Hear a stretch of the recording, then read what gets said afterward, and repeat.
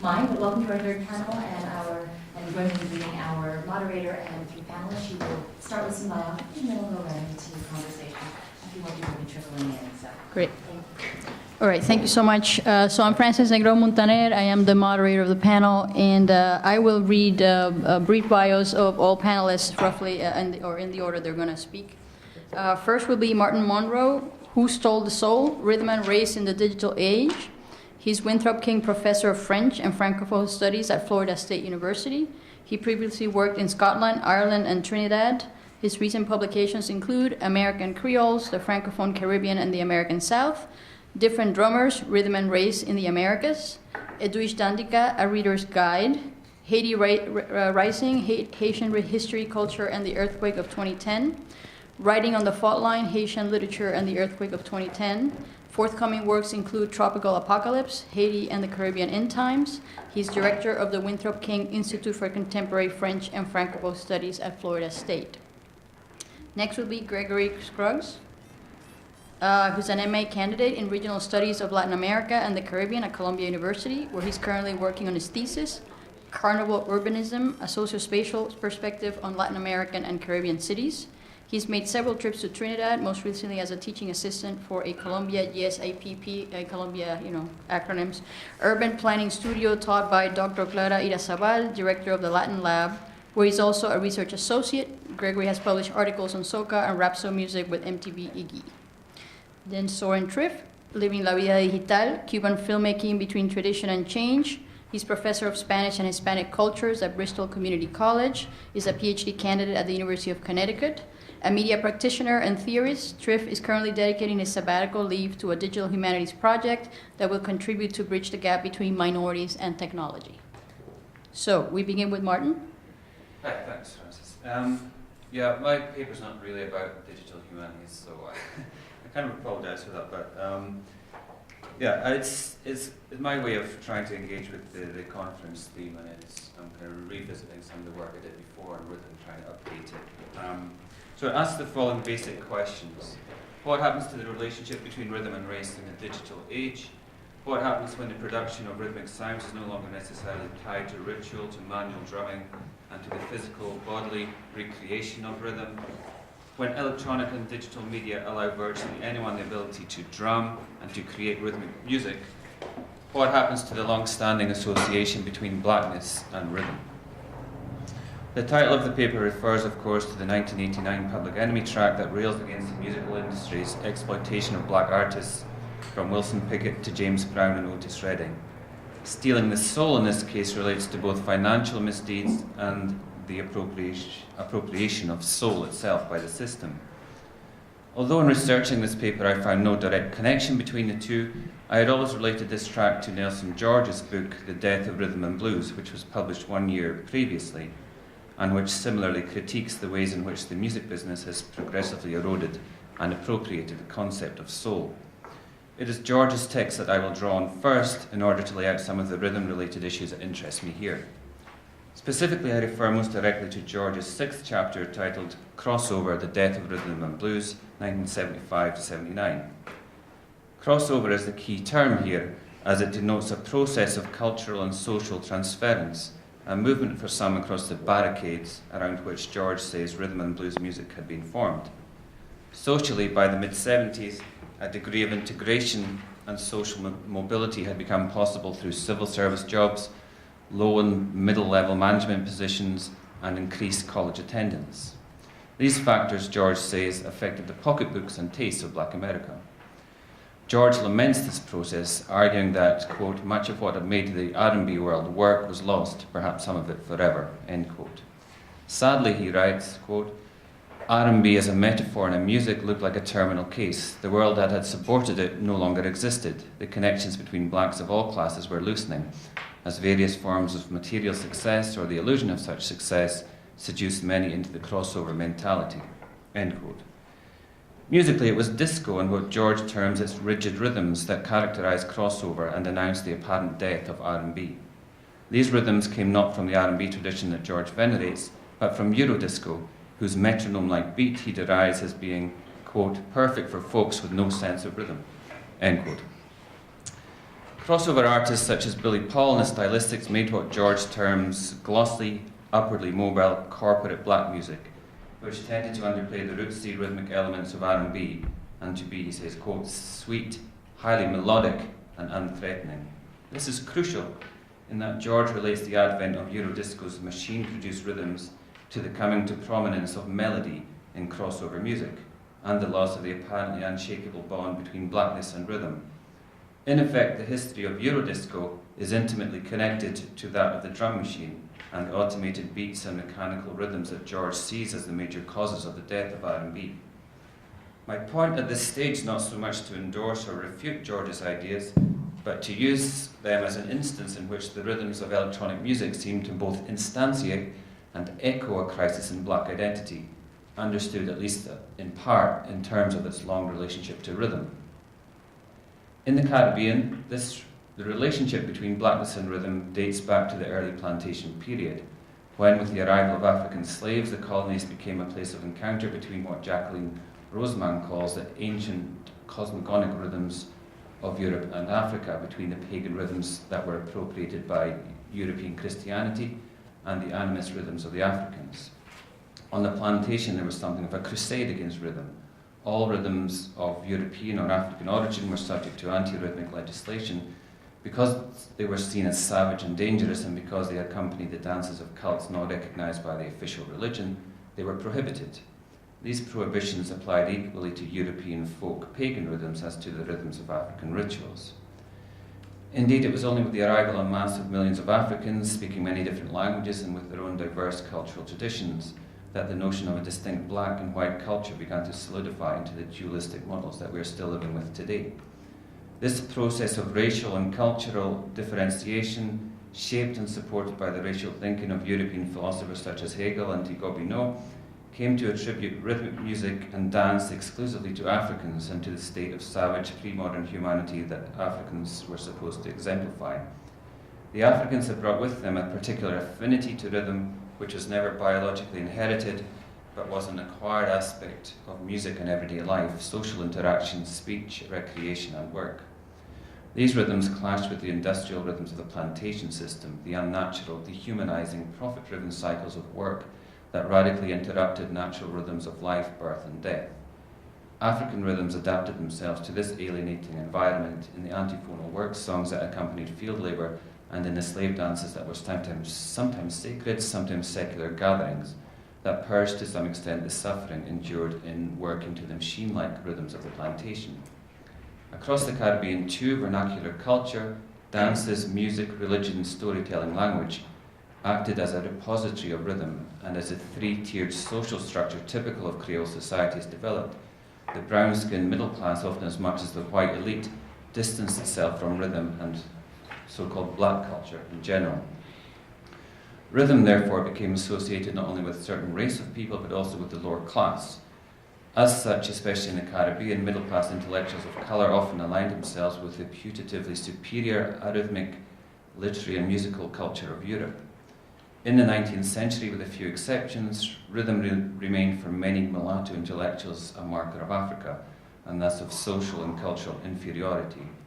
The poetry and art music of this period rarely evoked rhythmic vernacular culture in anything but derogatory, disdainful terms. At the same time, rhythm has been a primary means through which lower-class Caribbean and New World black peoples have asserted and enacted their historical and political agency. As the 20th century began and as various Pan-African movements gathered momentum, rhythm was slowly recuperated into the emerging middle-class nationalist consciousness as a potent sign of racial difference and a primary element of the lost, devalorized parts of national culture.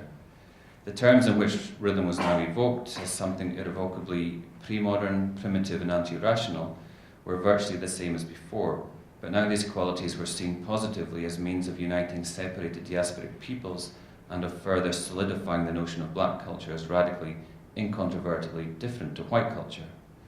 Rhythm now flooded into all areas of middle class, mulatto culture, and became for the first time a prominent distinguishing feature of poetry, art music, and choreography. So-called primitive sources were now raided in the quest to recast national culture in primordial, anti-European, and often anti-colonial terms. The supposed authentic culture of the previously neglected masses was now seen as the single most important marker of national difference, a great supposedly uncorrupted resource to be plundered and appropriated as the middle classes slowly shed their mimetic impulses and embraced cultural nationalism. In the great political, cultural and social maelstroms of the New World in the 20th century, rhythm was thrown centre stage and played a dynamic role in, for instance, Haitian indigenism, negritude and black power, movements that harnessed rhythm to their notions of black culture and black difference. To take the example of just one Caribbean island, Trinidad, rhythmic popular culture was under constant attack from the white establishment, particularly the Protestant British. Carnival became the focus of dualistic debates over culture and rhythm, and throughout the 19th century the colonial authorities systematically repressed the rhythmic music of the masses. Slowly evolving from a mainly white celebration, Carnival was gradually appropriated by the black lower classes, who translated their rhythmic culture and music into the secularized space of the festival, spreading fear among the whites who saw and heard constantly in black expressive culture intimations of revolt. The many ordinances banning drum playing only further strengthened the connection between black identity and rhythm. At every point, rhythm did not disappear but returned in new forms by means of new instruments. Something like in Haiti, but in a more muted way, in the early to mid 20th century, Trinidad's rising class of largely non-white intellectuals turned to popular culture as an untainted repository of authentic rhythmic black culture. As the pro-independence movement gathered momentum in Trinidad, rhythmic music was slowly rehabilitated into nationalist discourse. The decisive step in this evolution was the promotion of the steel pan, which had emerged from the long-neglected culture of the urban poor as the national instrument of independent Trinidad.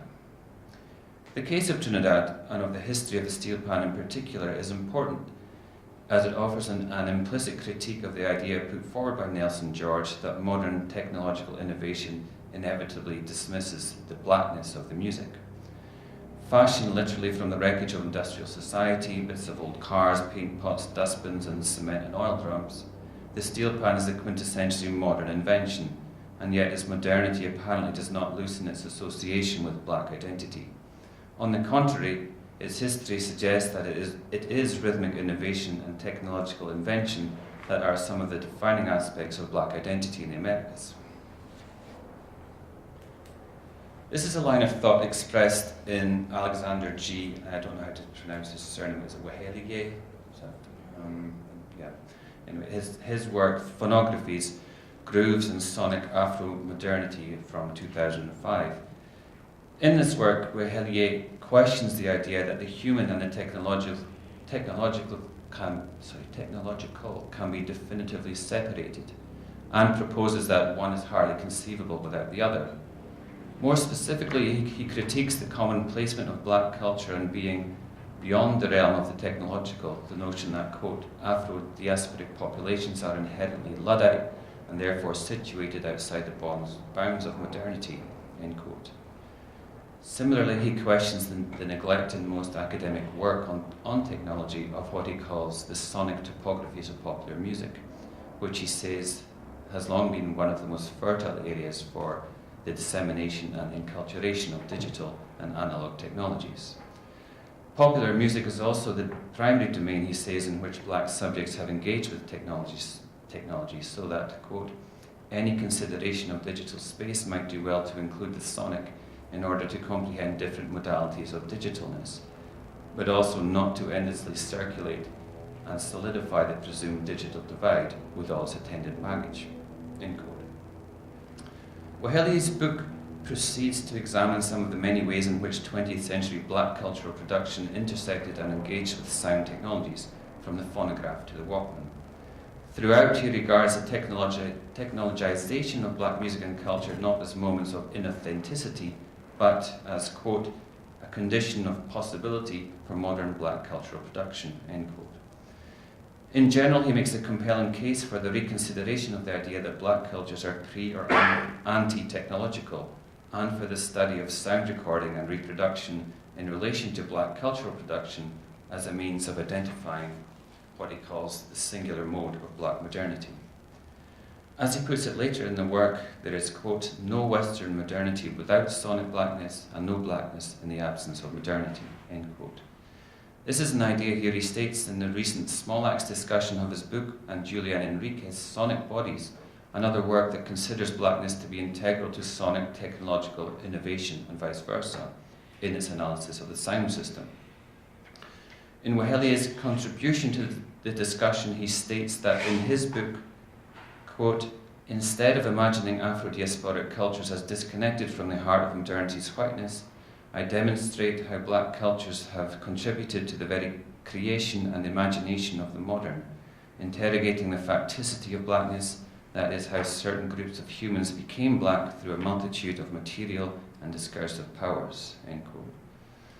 Although he does not refer extensively to rhythm, it follows from his argument that blackness is an effect of modernity, that the blackness-rhythm equation that Nelson George invokes is similarly related to and dependent on the binary construction of whiteness and blackness, whereby the former is related to technology and machinery, and the latter to earthiness and untainted humanity. A similar argument is proposed by Peter Shapiro in his 2006 work, Turn the Beat Around, which is a more straightforward history of disco music, and which suggests that, quote, the standardized meter and mechanical beats of disco can be traced back to the very birth of African American music, end quote. In his third chapter, subtitled Automating the Beat, he pays particular attention to rhythm and traces the history of regular repetitive beats to Congo Square and the regimentation and rigidity of marching band music. Shapiro also hears in the rhythms of Bo Diddley and Kraftwerk echoes of the regular mechanical sounds of the railroads, and in the latter's machine-produced beats he hears something that he says exists in all music, what he calls the trans ritual, quote, the trans ritual, the eternal rhythm loop that could transport you across its waves of sound, end quote.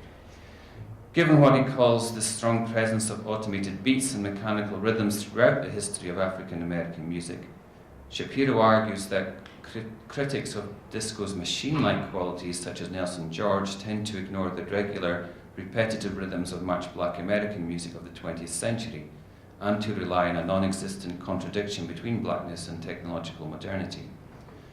George is right to the extent that there is a long and complex relationship between rhythm and notions of blackness in the Americas, but he seems not to recognize the historical conditions in which that association was formed, and that the relationship was always dynamic and evolving, a product of, and not an uncorrupted counter to technological modernity. If the ideas of Wahelia and Shapiro counter and perhaps negate George's argument that electronic rhythms effectively steal the soul of black music, there remains a further issue that they do not engage with, but which is crucial to the history of rhythm in circum-Caribbean societies. At many moments in the history of social and political change in the region, indigenism in Haiti, negritude in Martinique, negrismo in Hispanophone, Caribbean, the civil rights era in North America, rhythm has been allied to radical political movements as a marker of racial and cultural distinctiveness, and in music and literature, rhythm has been an integral part of anti-colonial radical expression. In the contemporary period, the relation between rhythm and radical political ideas is, however, less apparent. Indeed, one might say that rhythm is no longer an integral element in any poetics or resistance, has lost its association with radical blackness, and become something of a deracialized, dehistoricized commodity. To explain this, at least in part, I close by referring to David Scott's recent argument that this is a stalled, tragic time in the Caribbean, and draw connections between the apparent redundancy of revolutionary anti-colonial thinking in the present and the perhaps less apparent decoupling of rhythm and race in contemporary musical styles. This decoupling may be related to Scott's idea of a distinct separation of time and history in the Caribbean.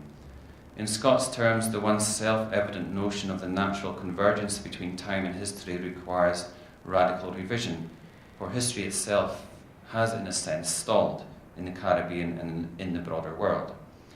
For Scott, history no longer unfolds in what he calls a process of discrete but continuous modular change, or as a linear, diachronically stretched out succession of cumulative instants. The future no longer overcomes the past, and the present is not experienced as, quote, a state of expectation and waiting for the fulfillment of the promise of social and political improvement, end quote. The primary causes of this sense of historical blockage are the end of the era, again in the Caribbean and elsewhere, of what he calls revolutionary socialist possibility, and the coming to prominence of, quote, the new utopia of liberal democracy is dogma of human rights, and the disciplining and governmental technologies to urge and enforce its realization. As Scott writes, in the moment where history has appeared so resistant to change, quote, time has suddenly become more discernible, more conspicuous, more at odds, more palpably in question, end quote. The apparent end of the prospect of a discernibly different and improved political and social future in the Caribbean had led Scott to write previously that, quote, we live in tragic times. That was in Conscripts of Modernity. The narrative of Caribbean history, and therefore of time, has shifted from the romantic anti-colonial model of change and overcoming to one of tragedy, which Scott prefers as a mode of interpreting the stalled present. In terms of time, to read Caribbean history as tragedy is to question whether the past can be truly disentangled from the present.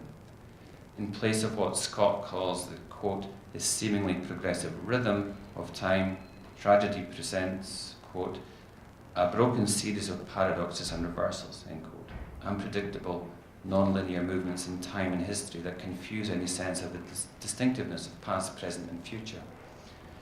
It is finally telling that Scott invokes rhythm to refer to the apparently lost sense of moving forward in time and history, for it is rhythm that has historically opened colonial and post-colonial societies in the Americas, however imperfectly and fleetingly, through cultural performances such as Carnival and Canboulay, and which always turned towards the future, was one of the most persistent means by which social hierarchies were destabilized and finally overturned. Historically, rhythmic performances in the Caribbean have been future-oriented means of imagining a different, better time to come, and if we see in the present a decoupling of rhythm and race, it is perhaps at least in part because history itself has lost its own forward momentum, its own rhythm of change and renewal. Thank you.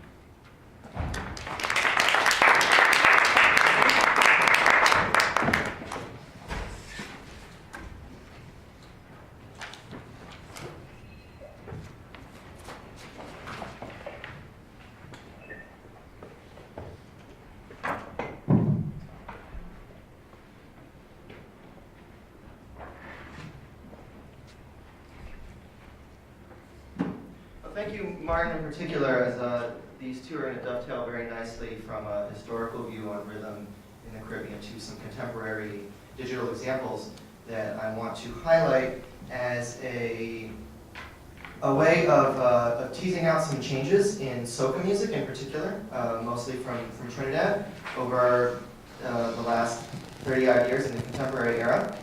Digital dance music is a wide cultural export of the Caribbean in every one of its linguistic spheres, from zouk and compa in Francophone Caribbean to bubbling music in Dutch-speaking Caribbean, reggaeton, bachata, dembow, merengue from Spanish-speaking parts of the region, and in Anglophone Caribbean, reggae, dancehall, and soca. Now, soca, coming largely from Trinidad but having spread throughout the Eastern Caribbean, has long, one could argue, played a kind of second fiddle to Jamaican popular music, reggae and dancehall, which have had considerably more success in the mainstream music industry, radio, airplay, and cultural associations with the Caribbean when it comes to music. But the argument that I'd like to make is that soca is, in its very contemporary form, poised to, or at least making an attempt through some rhythmic adjustments and nods to other kinds of contemporary popular music, an attempt at the kind of crossover success that Martin was talking about in his presentation. But I do want to back up a little bit just to, I'm not going to go into a long history of the music, but just to give a couple examples of what soca has sounded like in the past and before we get into what it's doing now. I wanted to start with Mighty Shadow's Dat Soca Boat from 1978, so we'll take a listen here. Do we have audio? Oh yeah, here we go.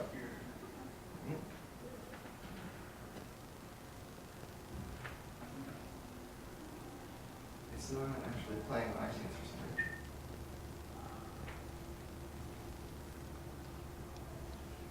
That would be a problem. Yeah, that's the one we tested right before the panel started. Check if the YouTube is working. Oh.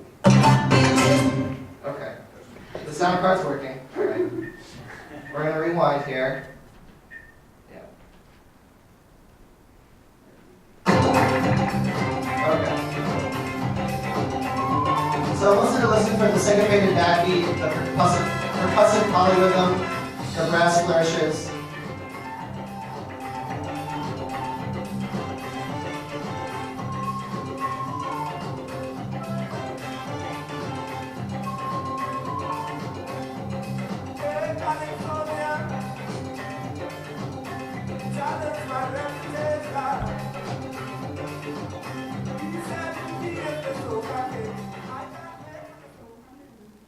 And in the lyrics, you can hear Shadow challenging the other figure in the song, "Hey Calypsonian," but then saying he said he is the Soca king. And that conflation of the two genre names hints at the emergence of Soca from Calypso music. The traditional nomenclature is that Soca stands for Soul of Calypso, though there is some dispute on the exact origins of that name. But nevertheless, the coupling of soul and calypso also gets back to a lot of what Martin was talking about in terms of soul, the notion of soul and rhythm in black popular music.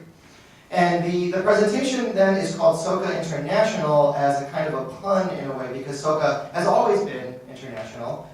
It's considered a fusion of calypso and East Indian rhythmic and percussive styles that reflect the demographics of Trinidad. And Ras Shorty I, formerly Lord Shorty, who gets a lot of credit for coining the name, made that very clear in later interviews. Moreover, it's never been confined just to Trinidad. It's spread up and down the Eastern Caribbean. But however, it's also tied to Carnival, a particular time of year in Trinidad for musical production and consumption. And I think that has part a reason to do with its less breakout or crossover success than reggae, dancehall, or reggaeton, which have a more annual, consistent cycle of musical production. Other than perhaps the most popular soca track to have gotten a wider circulation was Arrow's Hot Hot Hot in 1985. But that's kind of an isolated case, and today has more, at least in a broader kind of North American music consciousness, more of a kitschy association than a the kind of deep appreciation that music critics might have for some of Jamaica's output over the last 30 years. And secondly, the international refers to the International Soca Monarch Competition, a highly public taste-making event that's been going on since 1993. International because it is open to non-Trinidadians, though folks from Trinidad have won the lion's share of the prizes. And then in 2005, it was spun off to have two kinds of competitions, the Power Soca Monarch and the Groovy Soca Monarch. And this distinction between power and groovy soca is largely one of tempo. So Power Soca runs at anywhere from 140 to 160 beats per minute, which is rather fast. I'll take a listen to a Power Soca tune here. This is Super Blues Flag Party, which was the Power Soca Monarch, well, at the time just Soca Monarch, winner in 1994.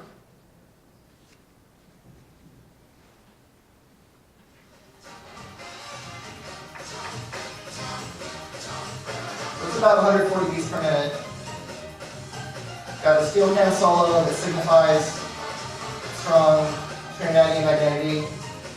Lots of horns and keyboards.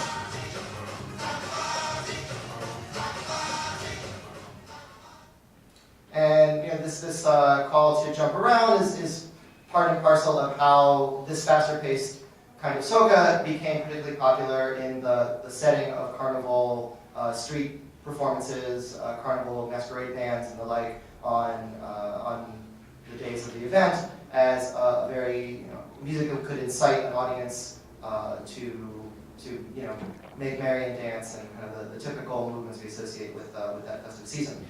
The groovy soca, on the other hand, is a much slower tempo, actually almost getting back to where that soca boat had us in 1978.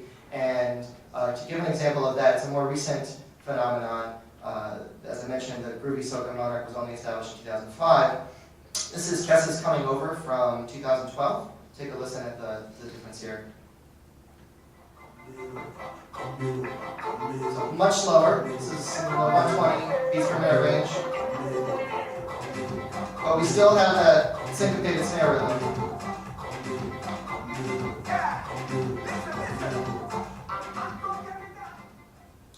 So from those two kinds of soca music, and although the Super Blue example was from '94, in terms of tempo, what you would hear in 2013, 2000, it was Michelle Montano's Pump Your Flag, actually, which echoes a lot of the lyrics of Flag Party, was the Power Soca Monarch winner in 2012, I believe. That I've noticed since about the last 4 or 5 years, some very different tracks in terms of their rhythmic structure and the kinds of samples and musical gestures that they're taking. So I want to head in that direction now with Bungie Garland's Differentology from 2013. We're gonna take a good listen to this one because there's a lot going on.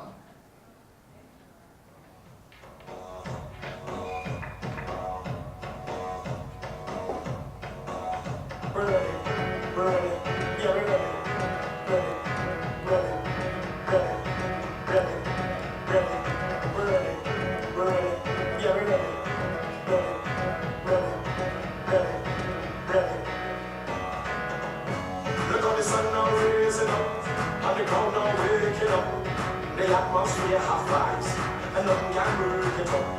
The girl never mind up stop. We are the drinks that in a right up. We gonna party all night. 24 parties we hit in a row. Tonight on the very last show. Before we are out on the road, the girl never release the road. So let me see your hands up, so everybody know, put your hands up, so if you're ready for the road, let your friend them know. We're ready for the road.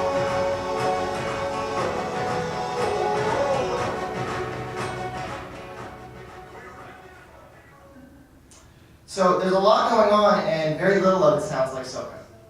It opens with a filtered foghorn and isolated piano that's reminiscent of Chicago house music, before segueing into hand clap percussion, but not the polyrhythm that we were hearing previously, and a neo-flamenco guitar lick provided by Nigel Rojas of the Trinidadian rock band Orange Sky.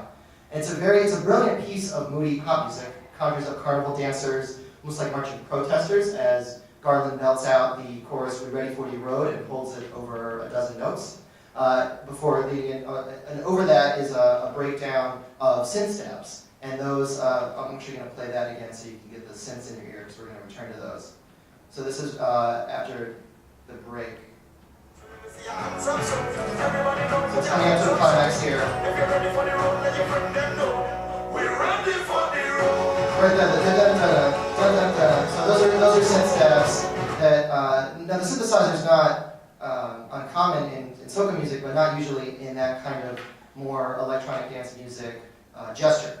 And when I interviewed the soca producer Carl Bieber Henderson about this, he was blunt. He said it's, quote, "it's Bungie's voice, not the instrumental," unquote, that makes it a soca tune.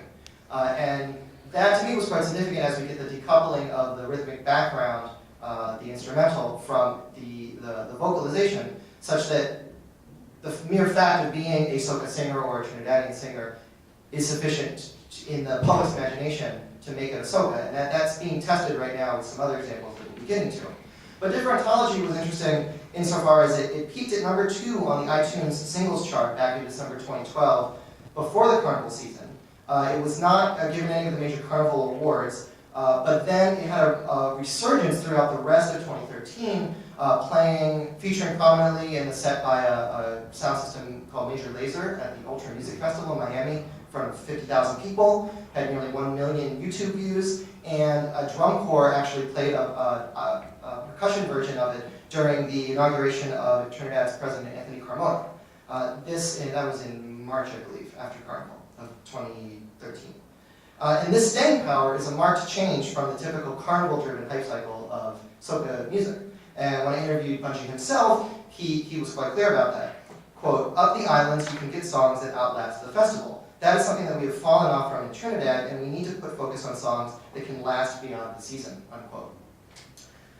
But gesturing towards something non-Trinidadian or non-Soca isn't new for the genre. And so I also want to wind back a little bit it's particularly apropos that Martin had the discussion of disco music, because back in right at the same time as Mighty Shadow's Dat Soca Boat, disco was an infatuation among Calypsonians and early Soca producers and artists. I'll give an example of that from 1977.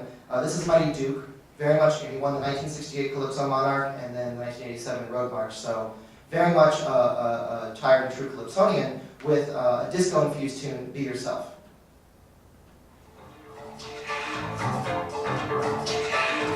This is from a compilation, Tropical Disco Hustle, of all mostly Trinidadian imitations and adaptations of disco music, which I can pass around for you to take a look at.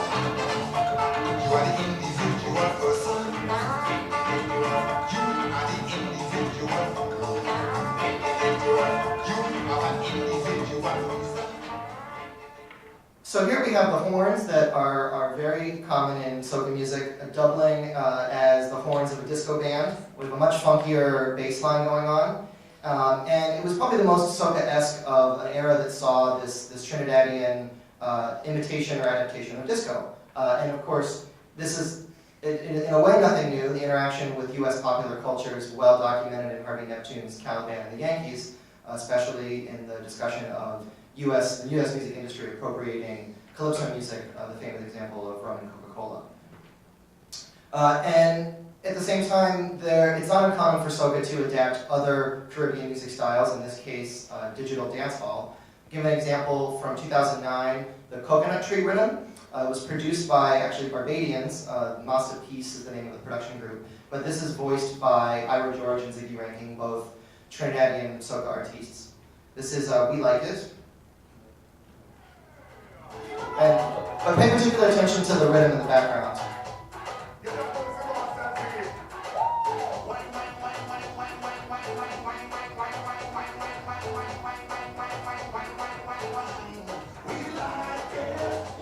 So that rhythm, Coconut Tree, actually borrows from the Pogo Man Jam rhythm from Jamaica in 1991, I believe. And then some of the particular flourishes on that kind of the keyboard note are directly lifted from a version of the Pogo Man Jam rhythm, Supercat's Enough Man a Dead. And so seeing this kind of circulation is nothing new, but I now want to get into the very contemporary era. And we had a gesture to disco music, we had a gesture to dance hall, which we can both make clear associations with African American, with Afro-diasporic cultural musical cultures. But what's going on now, I think, is something particularly where rhythm and race are being decoupled, as Martin formulated. And so we're going to be focusing specifically on synths. And we listened to those synths in the Bungie Garland Differentology track. And as John Twells writes in Fact Magazine, in 2014, the synthesizer is as important and as ubiquitous in modern music as the human voice. So I want to listen to some synths and synth-like sounds that I've been hearing over the last 4 to 5 years in soca music. We're going to go through about 5 tracks, but just very short snippets. And the key to listen for are the synths, and I can point them out and rewind as necessary. So first, in 2010, JW and Blaze's Palance. I'm going to rewind it. It's that da-da-da-da-da, the really high-pitched note. Not the drums, but the... And I'm going to let it drop because I know everybody really likes the song. And the drop is in, and you'll see how that adjusts after the drop.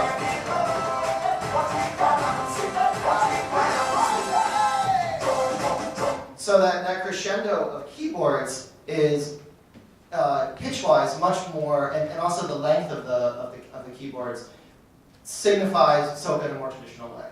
The keyboard has been a long part of live formulations of soca bands, but those couple notes at the beginning, I think, are harbinger of something different. I'm going to play them one more time. So they're about the same pitch, but they're much shorter, and I'm still trying to figure out what kind of digital production and preset that came from. But I think that's a marker, especially how popular this song was, of a trend that we hear more clearly in 2013, Blacks' Let Go. So now the synth is very prominent right up front.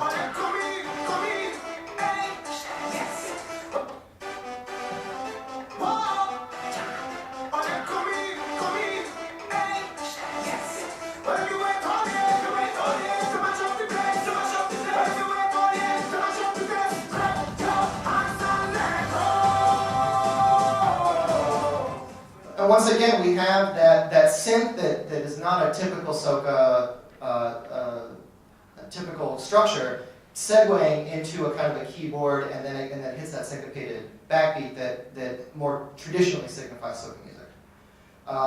The synths make another appearance in 2014's Epic, or EP IC, by Michelle Montano.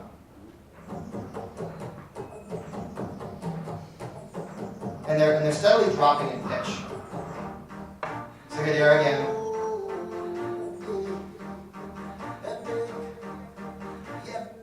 And then going back to Bungie Garland, and this time it's going to fall in the middle of the track as a synth stab in the backbeat from It's a Carnival, a collaborative production between an American producer Diplo and a Vincentian Kobayashi.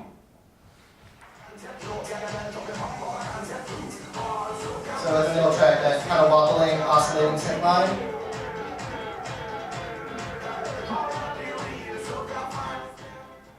And then it's going to get pitched down even further and get much darker in Bungie Garland's Truck on the Road, which was produced by Just Now, a British and Trinidadian production duo.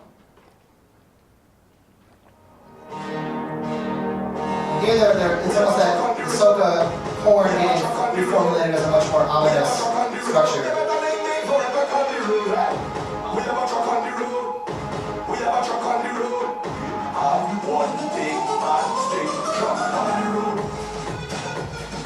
And again, that wobbling, oscillating synth line. Now that synth has become, as I cited from 12s, ubiquitous in modern music, and especially signifying the more electronic productions of contemporary American hip-hop, and also traditionally dance music, whether it be house or techno, that has been rebranded, you could say, in the current era as EDM, or electronic dance music, which has very much taken assumed prominence in top 40 radio, festival culture, and the like. And that is where we will end up with, I think, the most striking example that will kind of push us for where soca might be going. That's my time counting. It's been 20 minutes. So we'll listen to this last one and then make a conclusion. This is Faye Ann Lyons' Catch Me from this year. It was released for Carnival, didn't have much impact at the time, and then re-released by VP Records earlier this year, like I think in July, August. Somebody just catch me if I fall. Don't let me down. Hands up and catch me if I fall. Don't let me down. Somebody just catch me if I fall. Don't let me down. Hands up and catch me if I fall. Don't let me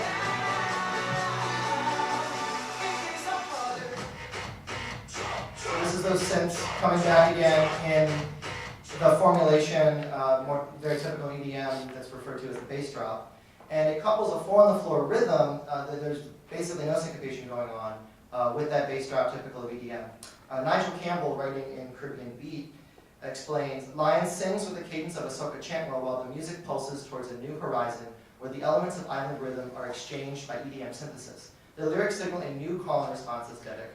Hands up and catch me if I fall, don't let me down, while the music juxtaposes handily to replace the road with the club, the tropical fete for the summer rave. This is the Carnival Road March evolved. And in the YouTube comments that follow on this video, there's a very significant debate. It's good, but it's not close to soca. It's not soca, it's dance music. And yes, it's soca with an international flair, and yes, this is very much soca, take your time. So where I want to conclude at this point is a question of which direction is soca headed. And can we, as it becomes more and more decoupled from traditional rhythmic structures, can it still be considered soca? These are, at the same time, there are other examples that I didn't have time to get into, engaging with other Afro-diasporic musics like Azonto from Nigeria. And the ultimate question, the ultimate answer is that soca music can and will do all of these at the same time, but as it becomes also decoupled from the carnival season, the arbiters of taste will be less and less masqueraders and folks on the road, as it were, and more a broader global digital public. Thank you.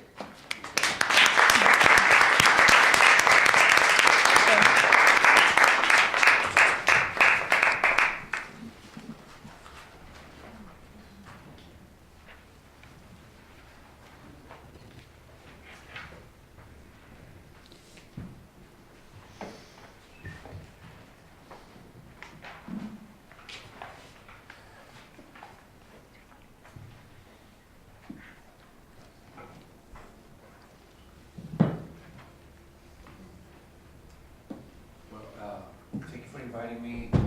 I don't need exactly the internet to do this, but I would like to share some images. Just that way. So, if you give me a second. I will do this. One, right? One.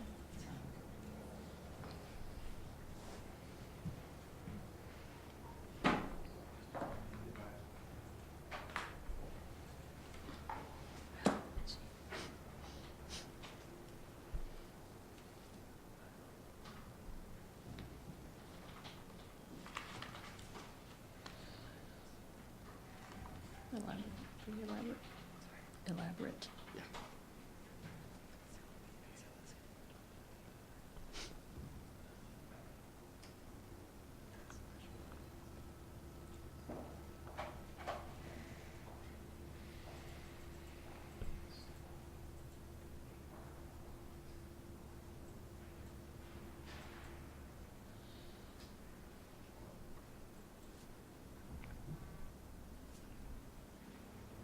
I don't see here though.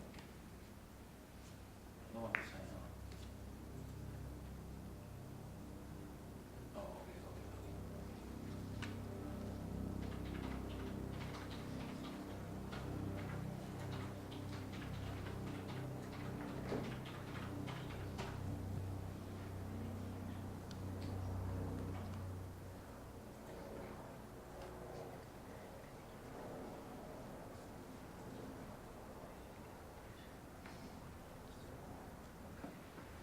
Trying to create an account for you. Yeah, I see. Okay, then you You had to sign in instead of sign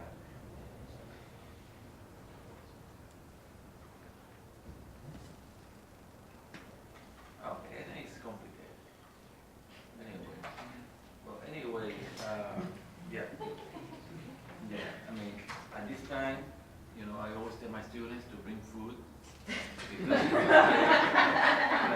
so after that great presentation before me, I don't think I can beat that, okay? So I will try to be brief, and I know you will be very grateful to me. Also because this paper is too long, it's very long, so I'm going to make it short. But I will read, because you know, you don't believe people making short with their own words. Reading is better.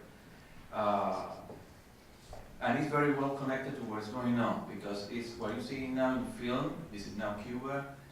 This is independent filmmakers, and it's film, but it's happening the same. And you see, it was another type of country, or you know, Spanish, and it's a socialist and it's the same thing happening somehow with different media. Okay, I would start then reading the paper. It's the independent filmmakers movement is a fast-moving, fluid, and complex series of events. There is already a taxonomy of films published and already available online, but, including my own works being published next year. But so, although I am delivering a well-thought, documented paper, supposed to be, don't be surprised if at some point it sounds like news reporting. And it's also, I'm doing the same thing somehow you're doing, is talking about something that happened last year that is happening this year. So, I mean, usually papers is about something that happened, I don't know, 100 years before, you know. So we're now talking about things that are happening right now. So these filmmakers are, and I want to stick to the title, which is Between Tradition and Change. So I'm talking about first about three traditions these new young filmmakers are trying to deal with. One is the traditional socialist filmmaking. A list of experimental films in the 60s gave way to a pedagogical function of films teaching the socialist worldview to the masses. In 1971, the Congress of Education and Culture gave instructions to the Cuban Film Institute, known as ICAIC, you're going to hear that word all the time, regarding what should be its role in Cuban culture. And it says, if I quote, to continue and increase the production of historic films and documentaries as a means of connecting the present with the past, and to come up with ways of film dissemination and education so our people will be prepared to be a more active and analytic spectator of the diverse manifestations of this important medium. That's what the movie we're all about. So according to Cuban film critic Juan Antonio Garcia Borrero, statements like these sealed the fate of the socialist model for Cuban films in 1971 until the 90s. Not much changed. It became, that's what I call a tradition. After so much time, it's just a tradition. There's another tradition, which is a tradition of criticism within the revolution. But Garcia Borrero also recognized there was a series of films in which certain criticism paired with formal experimentation was possible within the state-sponsored films in the 60s. A good example, which in this case is in the 90s, of this tradition is Thomas Gutierrez Alea, Fresa y Chocolate, Strawberry and Chocolate. There is also a tradition of offering critical views on society parallel to the revolution or outside of the revolution parameters. In film, this tradition was abruptly terminated with the prohibition of a short documentary called PM in 1961. At the same time, civil society in Cuba ceased to exist the way we know it here. Once printing shops, newspaper, radio, and TV stations were confiscated, and the only voices that could be heard were those of the supporters of the revolution.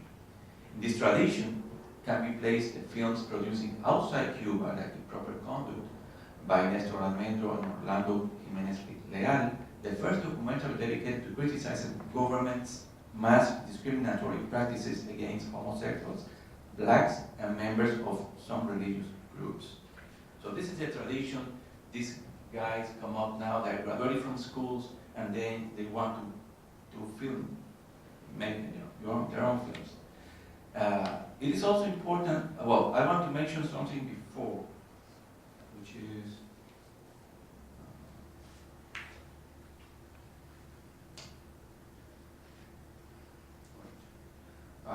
to mention some things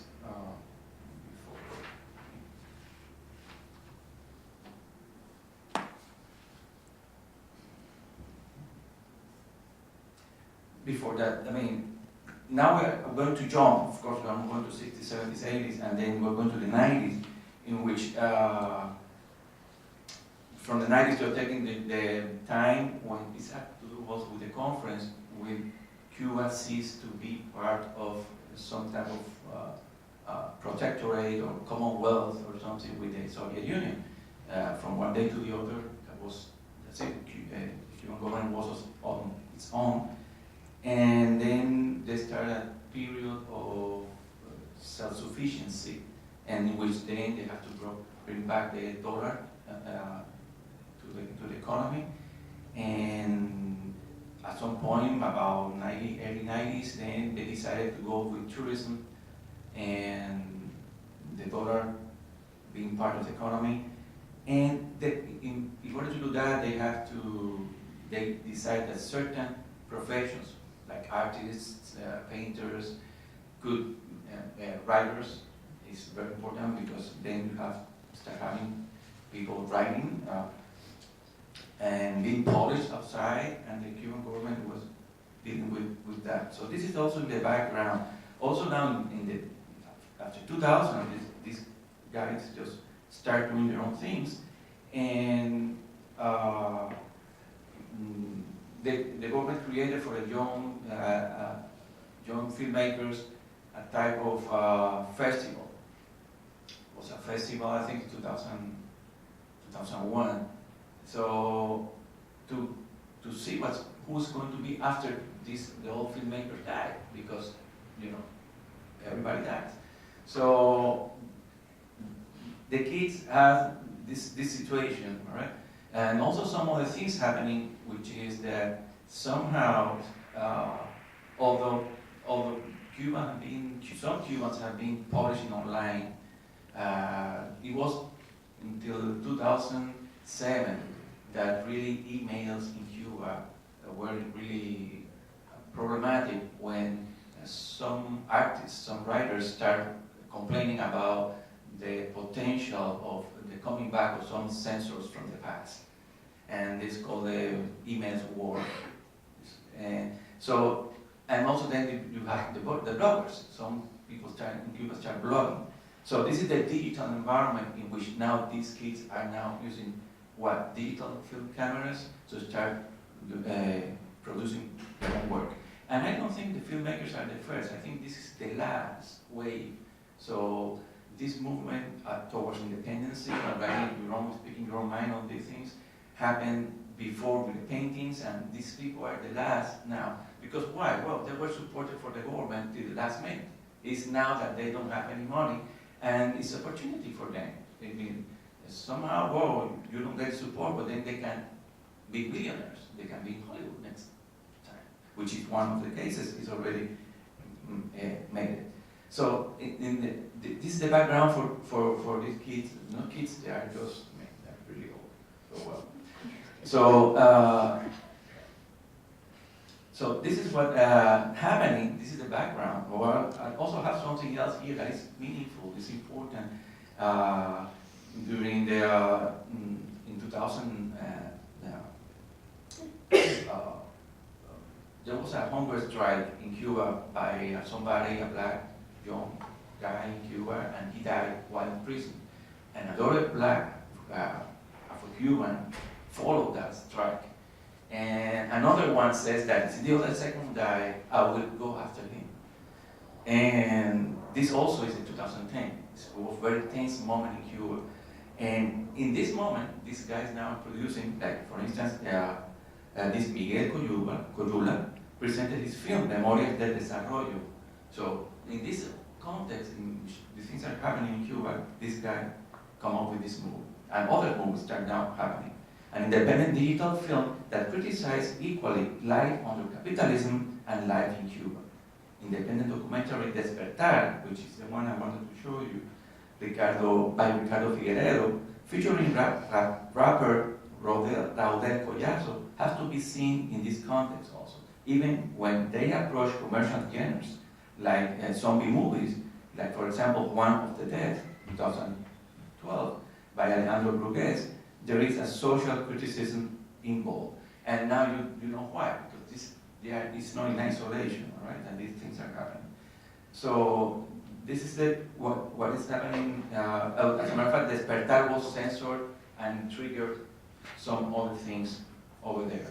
And there was a connection with the music, because it's the first time that an independent filmmaker films an independent musician. He was making a living out of his music, but because it's somehow critical, didn't happen. Was not published at the moment, so it was presented someplace else. Most of this digital criticism go from costumbrismo, interpretation of customs, criticizing customary ways of doing things in the last half century, to some type of negative freedom, or perhaps resistance, asserting the right of not following certain rhetoric, or an anarchistic denunciation of everything without being able to propose alternatives. And digital technology is the tool that is being used to challenge the Ikai filmmaking rhetoric. Memorias, the movie I mentioned to you, breaks with the government, and now it's talking about the second part, the challenges, the changes here.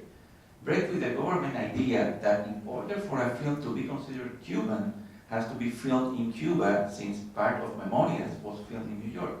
One of the deaths by Alejandro Brugués. On the other side, questions Icai's paradigm of the author film by adopting the popular genre of the zombies. Most recently, just a couple of days ago, the short film The Death of the Cat, this time, La Muerte del Gato, won a prize in Spain representing Latin America, and it was directed by a filmmaker that is not living in Cuba since 1997. We think the film is questioning two other requirements for the Icai paradigm, in which a film representing Cuba somehow needs to be filmed or approved by a Cuban entity, and the director has to be not only Cuban, but also living in the island. In order to blur even more the line of what digital technology is doing to filmmaking, we also have actor, director, producer Jorge Perugorria in that film. The well-known revolutionary actor living in Cuba is blurring the Icaic line between these three professions. In Cuba, you cannot be two or three things. You are this, that, many traditional, talking about in the classical period. And also the prohibition of taking part in films by exiles, with his participation in The Death of the Cat, by a director who is a critic of the Cuban government. To end this section, I have to add that the recent participation of Alejandro Brugués in the horror comedy anthology, The ABC of the Death, Part 2, that plays, or Season 2, I think, that plays him and his work in a global context before a global audience. It will be difficult, if not impossible, to trace the Cuban in this type of cultural product, which is a connection with where you work. Now I will pass to move to the use of social networking, also digital, for this new group, and it's also something that is changing, right? Dealing with this.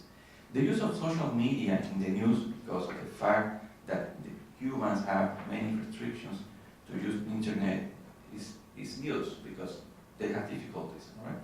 Although independent journalists, human rights activists have been able somehow to post their messages online for 2 decades. It was only in 2007 when some internal emails from writers denouncing the return of those style censorship that it became openly relevant, and it attracted the attention of a young generation who began blogging from Cuba. Today, Facebook is a good place to find some film directors connecting with each other. A good example is the direct relationship between the Group of the 20, or Grupo de los 20, or G20, and Facebook. After the censorship of Figueredo's film Awakening Despertar, the one featuring the rapper, the film industry reached an institutional low in 2013 with the death of Alfredo Guevara, the founder of the Film Institute, the ICAIC. He was no longer the director at the time, but he was an undisputable voice with regard to the industry. After his death, a considerable group of filmmakers called themselves Group of the 20, of G20, and began regular meetings in a public state-owned space to discuss the future of the industry and claiming participation in the shaping of that future. These meetings are unique in the history of Castro's Cuba. Although the filmmakers all belong to the state and sponsor and control unions and cultural associations, all of them are considered revolutionaries and all of them work for the government. They decided to meet parallel to those organizations. They also gave themselves a name, G20, and which is also, I think, played with G2. The state security apparatus is called G2. They say, okay, if I do 2, well, we're G20. Who do you want to win it? It's a message hidden in here. And their claim of having a voice and requesting being taken in consideration when the government decides the future of the industry has more to do with Western concepts of civil society, like Jürgen Habermas and Ernst Gellner, than with the official concept that state that civil society are only the associations approved by the government. Their claim can be summarized in requesting from the government a ley de cine, could be translated as filmmaking law, that makes legal and provides structure to everything that has to do with filmmaking in Cuba, particularly the government support to their work, but also the possibility of independently producing and selling their work, as painters and writers have been doing since the 90s. Right now, when filmmakers produce a film independently, it is not clear what laws protect their right to receive payment for it or to sell it to third parties. This is no secret, but the G20 is not publicizing their dialogue with the government officials either. Some of them are using social media to inform their members and followers, or to vent their frustration from time to time in Facebook online. For instance, in May 2014, a year after the first meeting of the G20, laureate director and leader of the filmmakers, Fernando Perez, voiced online his claim of the need of a filmmaking law to the online website Progreso Semanal, a pro-Cuban government portal from Miami, Florida.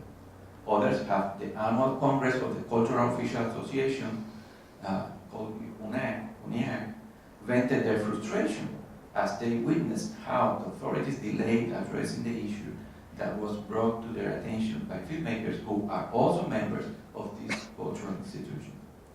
In 2013, the social media was also used to send an early warning regarding an attempt of censorship by the Ministry of Interior on all scripts.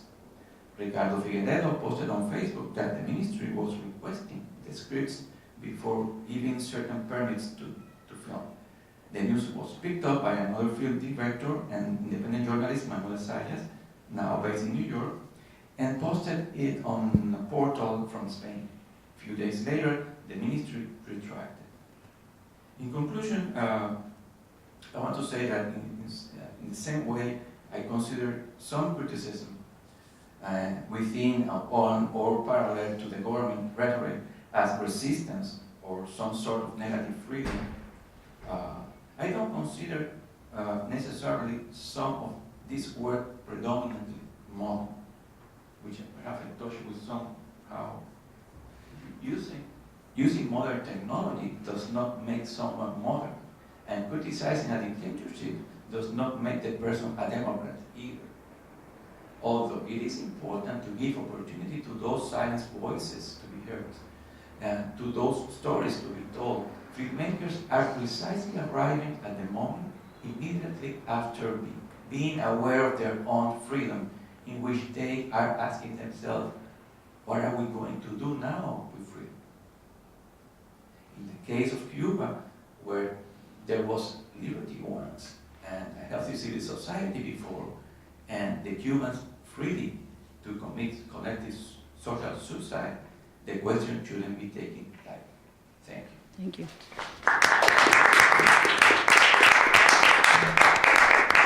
Thank you so much, everyone. We have about 15 minutes for questions, so I think we should jump right in so we take full advantage. Yes. Hi, thank you to everyone. Oh, sorry. Thank you to everyone for, it is on? Okay. Thank you to everyone for the panel. It was really enlightening. I had a question as a Soca enthusiast and a Caribbeanist for Greg Scruggs. And by the way, hi, I'm Natasha Lightfoot. We've met electronically, so it's nice to put a name with a face. So I wanted to hear what your thoughts were on how regional you understand this progression from sort of a, kind of a different, more kind of brass-infused soca to one that is increasingly electronic, because I think, at least, again, being from a smaller island, and you mentioned a lot of the other islands as sort of being influenced by Trinidadian soca, but I would also like to posit that Trinidadian soca has been influenced by a lot of the smaller island music as well. And I would love to sort of raise the point that Trinidadian soca, when I was a kid, was much slower in its tempo. The stuff that was considered soca. And smaller islands like, again, where I'm from, Antigua, the band was Burning Flames. From the Virgin Islands, jam band. They were all doing fast music, and they've always been doing fast music, like from the 80s right through right now.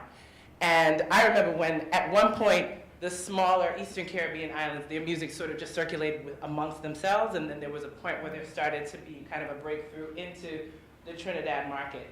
And it was through kind of collaborations between Trinidadian artists and some of the small island artists, and that sort of led to a much quicker pace in Trinidad soca over the late 90s and early 2000s that was definitely not there from about previous to when Super Blues tune that you, from 94, from about previous to that point, you didn't hear. So just raising that as a question of kind of thinking about how some of this stuff is definitely not just sort of Trinidad sort of looking to the rest of the world, but also the region sort of kind of borrowing and collaborating from each other, and then that kind of fitting in to some degree with world trends like the quicker pace of electronic dance music kind of already fitting into a soca that was already changing in its character. So just raising that for you, and would love to hear you think aloud more on that type of stuff if you have. Absolutely, thank you for sharing. I was actually, I couldn't find any really good examples from the 80s. I did want to chart that progression of how did you get from that soca boat kind of rumbling along at like 120 to something in the 140 or up to 160 range. And I think I need to do some more research on exactly where, how, and why that happened. And you're pointing. Oh, I have some examples for you if you need it. my discography. However, I think the distinction is important because the groovy soca back in the 130 range is in my opinion precisely what's allowed it to hook into global pop and dance music. Right. That there is something inaccessible outside of the context of Caribbean music for power soca. In terms of other kinds of not just Caribbean but not global dance music. Drum and bass is really the only thing that comes to mind immediately as operating at that kind of tempo. I've yet to hear anybody mix drum and bass with power soca. I think it would be an interesting remix project. Especially since a lot of drum and bass artists are Caribbean in roots too. It has its history in London. Exactly. Incredible cultural ferment from a lot of different parts of the post-colonial world. However, the 130 BPM works so well with traditional house music, with EDM.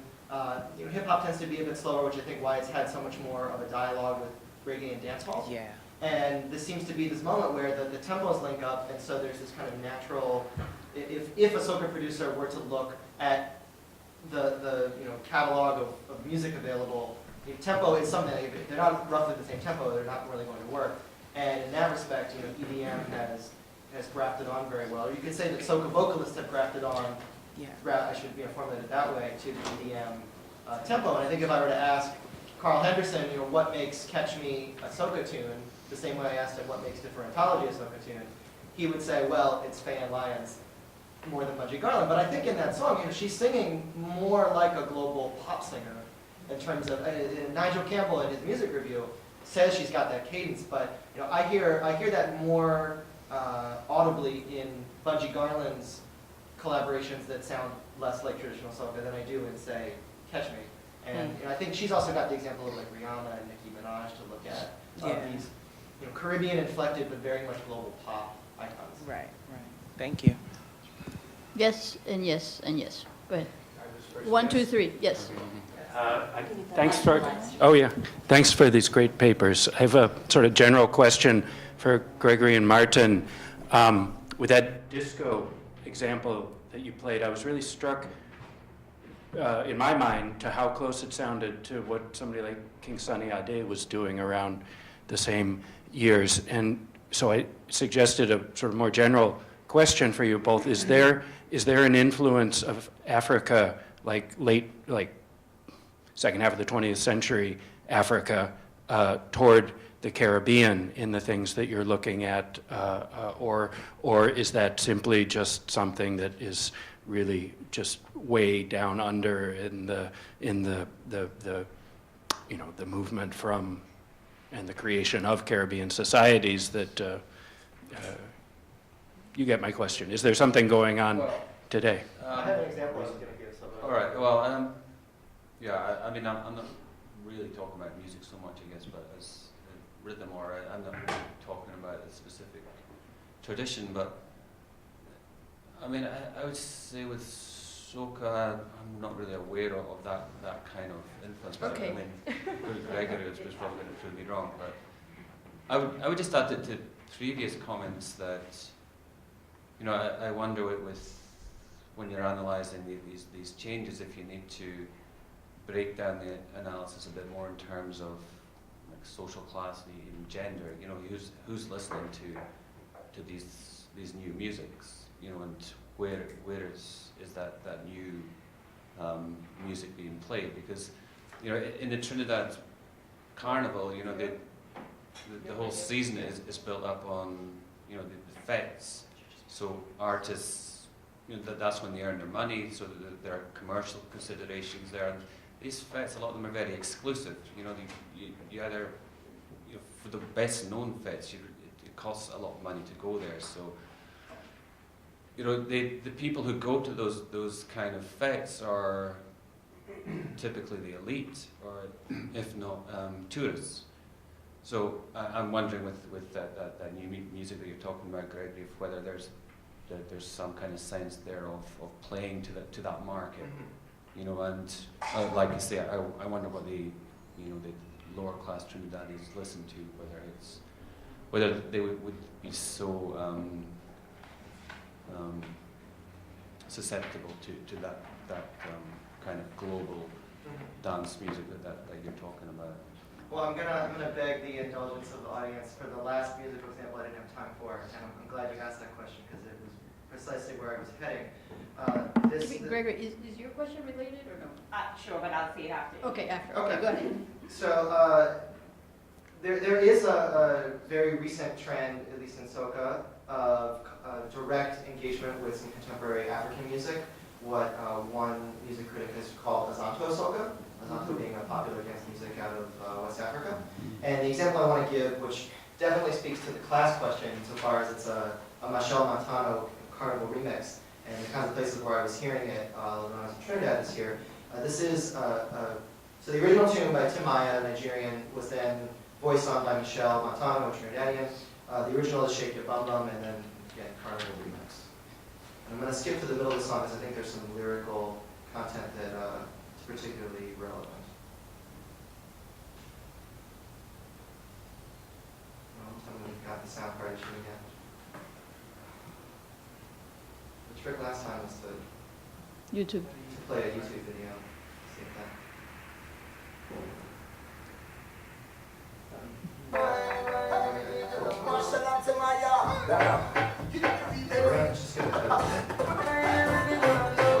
The original, the back that you're hearing is the Zonto tune. And Michelle will come in.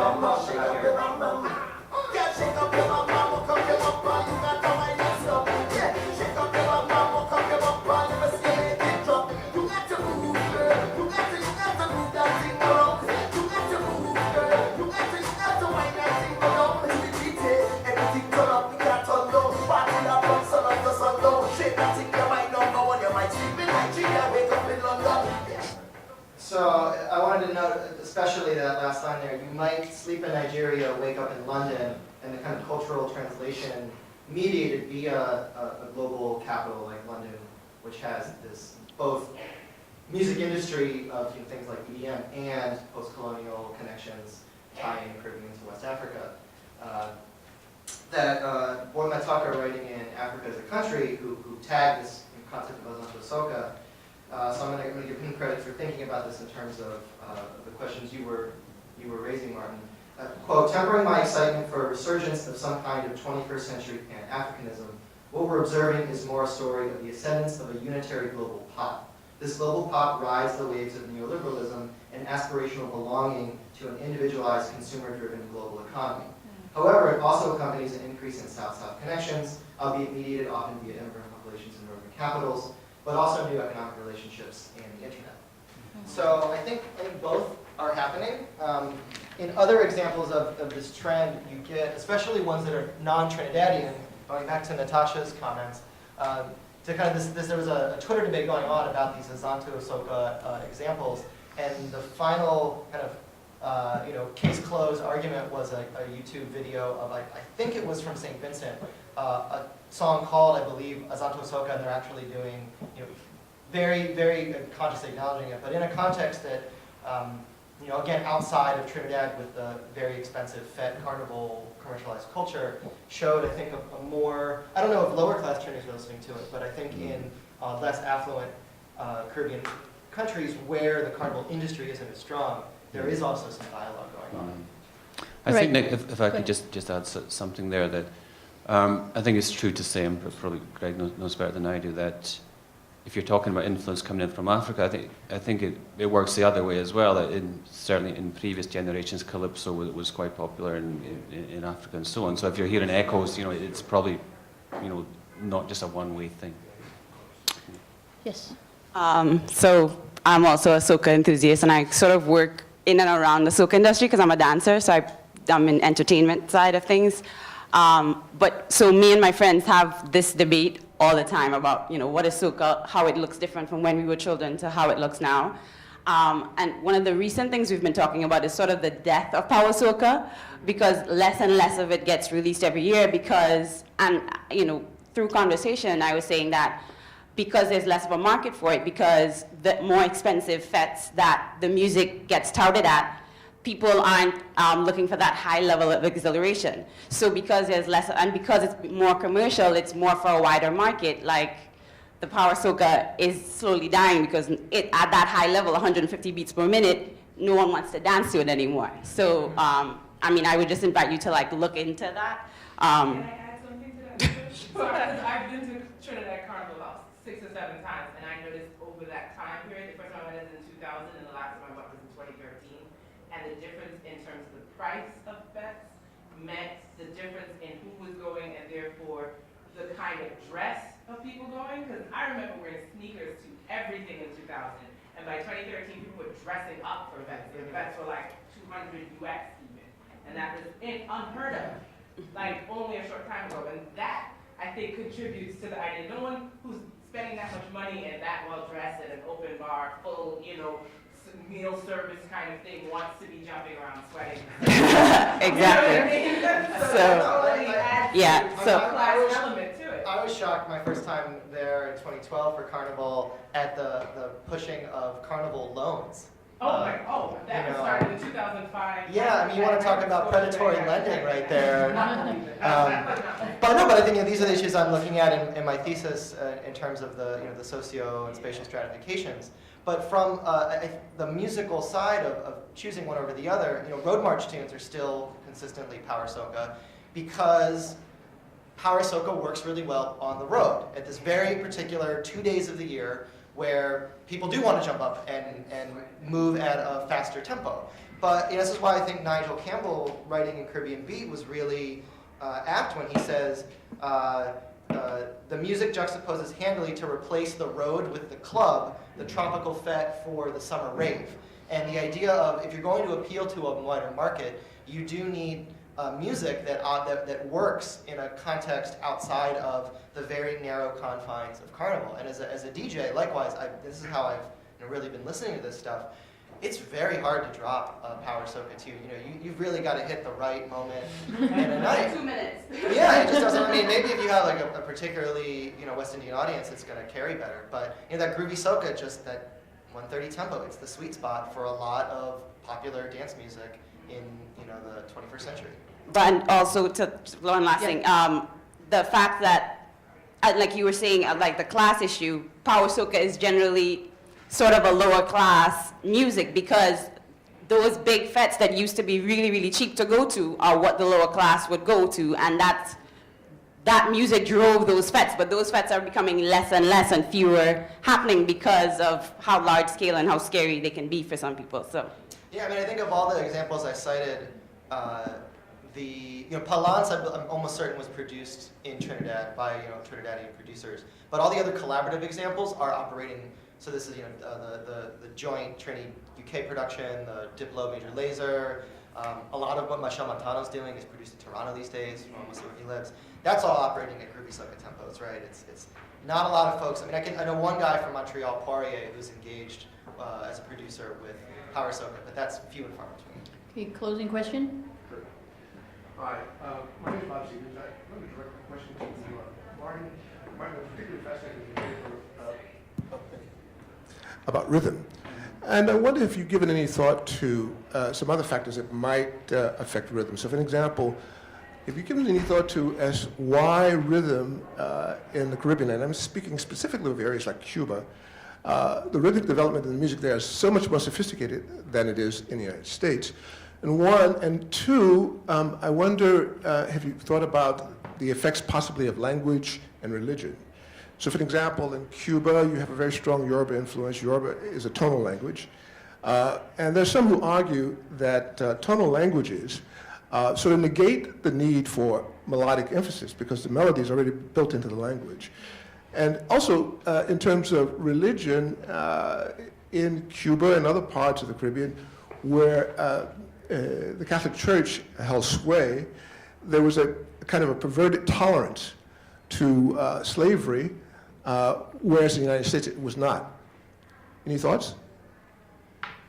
Yeah, I mean, I think your first two points, I don't know much about Cuba, but it seems to make sense to me. You're talking about language, and yeah, that I haven't really paid any attention to that, but that would appear to me to be quite valid.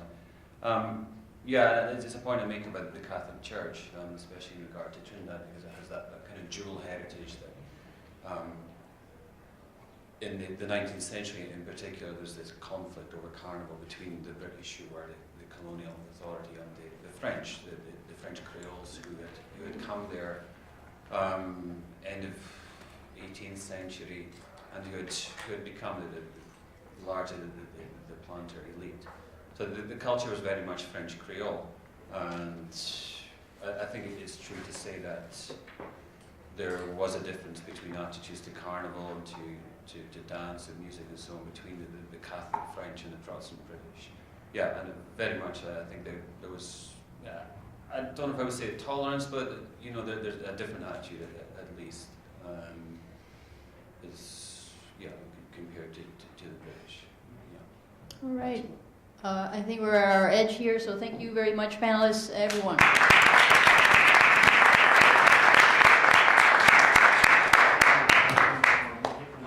just wanted to remind people that the African panels are switched from what's on the printed program. The sexuality panel is on James.